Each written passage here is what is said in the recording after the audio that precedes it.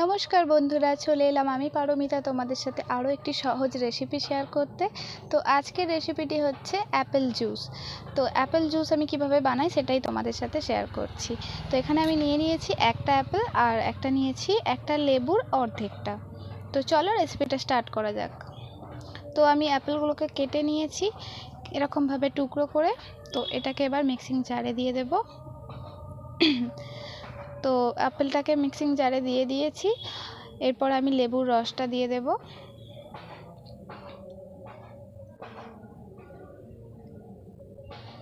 তো লেবুর রসটা আমি এইভাবে দিয়ে দিচ্ছি।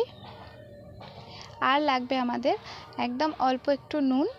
তো আমি এখানে নিয়েছি নর্মাল নুন, তো তোমরা চাইলে এখানে বিট নুন ব্যবহার করতে পারো। তো নুনটা দিয়ে দেবো এবার।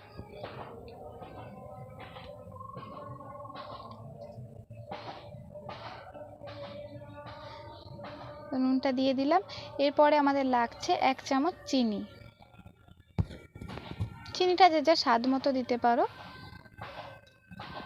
তো এরপর লাগছে আমাদের একটা বড় কাপের 1 কাপ জল। তো এবার এটাকে আমি মিক্সড করে নেব, একদম জুস বানিয়ে নেব।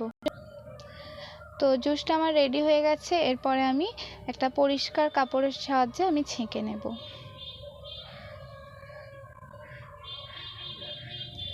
তো রেডি হয়ে গেল আমাদের অ্যাপেল জুস। তো তোমাদের রেসিপিটা কেমন লেগেছে অবশ্যই কিন্তু কমেন্ট করে আমাকে জানিও। এটা আমি আমার মেয়ের জন্য বানালাম। তো এটা অবশ্যই বাচ্চাদের জন্য খুবই উপকারী। তো আমার মেয়ের 3 বছর বয়স। তো যাদের 3 বছরের আগে মানে 6 মাসের পরে যারা দিতে চাইবে তারা অবশ্যই অ্যাপেলটাকে সিদ্ধ করে দেবে। তো চলো রেসিপিটা কেমন লাগলো অবশ্যই জানিও। টাটা বন্ধুরা।